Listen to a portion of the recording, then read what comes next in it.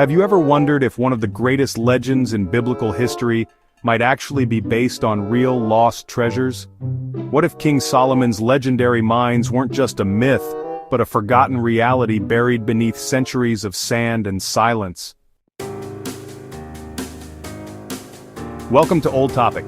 Today, we dive deep into one of the most mysterious tales in ancient history, the secrets behind King Solomon's mines. According to the Hebrew Bible, King Solomon was one of the richest and wisest rulers of all time. His wealth was said to be unmatched. Gold, silver, ivory, apes, and peacocks filled his palace. But where did all this unimaginable wealth come from? The answer may lie in the legend of his secret mines. The Bible tells us that Solomon had a navy of ships that sailed to a mysterious place called Ophir, returning every 3 years with tons of gold and other riches. But, no one knows for certain where Ophir was. Was it in Africa, India, Arabia, or maybe somewhere entirely unexpected? In the 19th century, the legend took a dramatic turn. British explorer and novelist Sir H. Rider Haggard published a book in 1885 called King Solomon's Mines. Though fictional, it captured the imagination of millions, a thrilling story of explorers venturing into the heart of Africa in search of lost treasure and ancient wisdom. But fiction quickly collided with reality. Soon after the book's release, explorers, archaeologists, and fortune seekers began scouring the African continent, especially the region we now know as Zimbabwe. Why? Well, because of the ruins of an ancient city, Great Zimbabwe, built entirely from stone with no mortar, a place so impressive that many believed it had to be connected to King Solomon. Was Great Zimbabwe the remains of a once great civilization that supplied Solomon with gold? Some colonial scholars thought so. They believed the gold mines in the region were once tapped by the Phoenicians or Israelites under Solomon's rule. But, modern archaeology tells a more complex story. Great Zimbabwe was built by a local African civilization, the ancestors of the Shona people, between the 11th and 15th centuries. And while it's true that the area was rich in gold, there's just no evidence connecting it directly to Solomon or any biblical king. So, does that mean King Solomon's mines are just a myth? Not exactly. In the early 2000s, a team of archaeologists led by Dr. Thomas Levy and Dr. Mohammed Najjar made a fascinating discovery in southern Jordan, the site of Khirbat and Nahas, which means ruins of copper.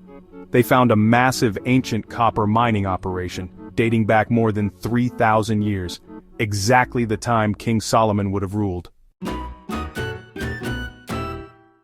Here's where it gets really interesting. Some scholars actually argue that copper was just as valuable as gold during Solomon's era.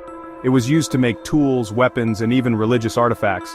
The Bible itself mentions bronze, which is really an alloy of copper and tin, as being part of Solomon's temple construction. So could it be that Solomon's real mines weren't golden at all, but copper? Khirbat and Nahas was massive. Honestly, it was one of the largest copper production sites of the ancient world. Layers of slag, ancient tools, and evidence of organized labor all suggest an advanced industrial operation.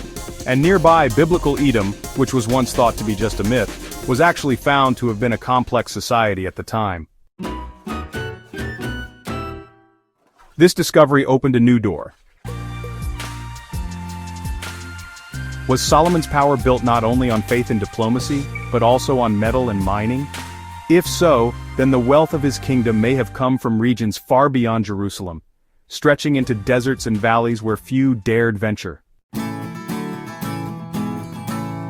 But even if this copper site was one of Solomon's sources, it doesn't solve the entire mystery.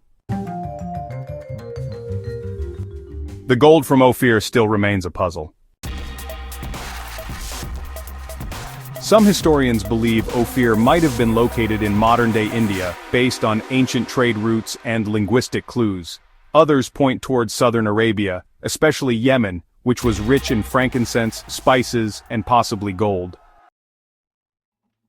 And then there's Africa, home to ancient mining cultures long before colonial times. Places like the Sofala coast in Mozambique have long been associated with the name Ophir by early Portuguese explorers. What's certain is that Solomon's story has left its mark across continents, cultures, and centuries.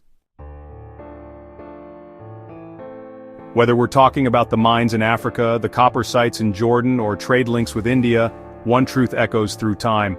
The legend of King Solomon's mines is more than just a treasure hunt. It's a journey into the ancient world, a world of mystery, trade, power, and ambition. So, what are the secrets behind King Solomon's mines? The truth is, we still don't fully know. The sands of time have buried many answers, but every new discovery brings us a little closer. A little closer to uncovering the roots of a legend that has inspired books, movies, and centuries of exploration. And maybe, just maybe, the real treasure lies not in gold or jewels, but in the enduring power of a story that refuses to die. This was Old Topic. Don't forget to like, share, and subscribe for more untold mysteries from the ancient world. Until next time, keep digging.